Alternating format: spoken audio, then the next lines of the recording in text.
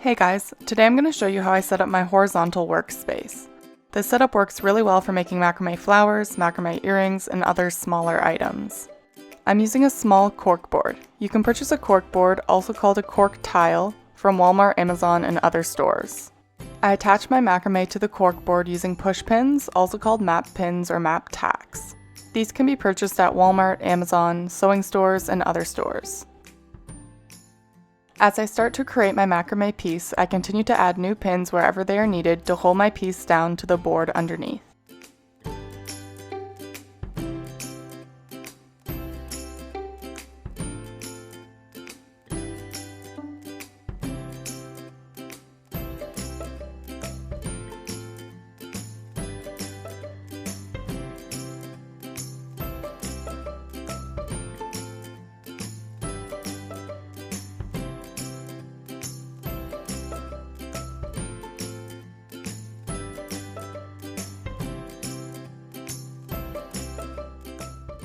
Thanks so much for watching.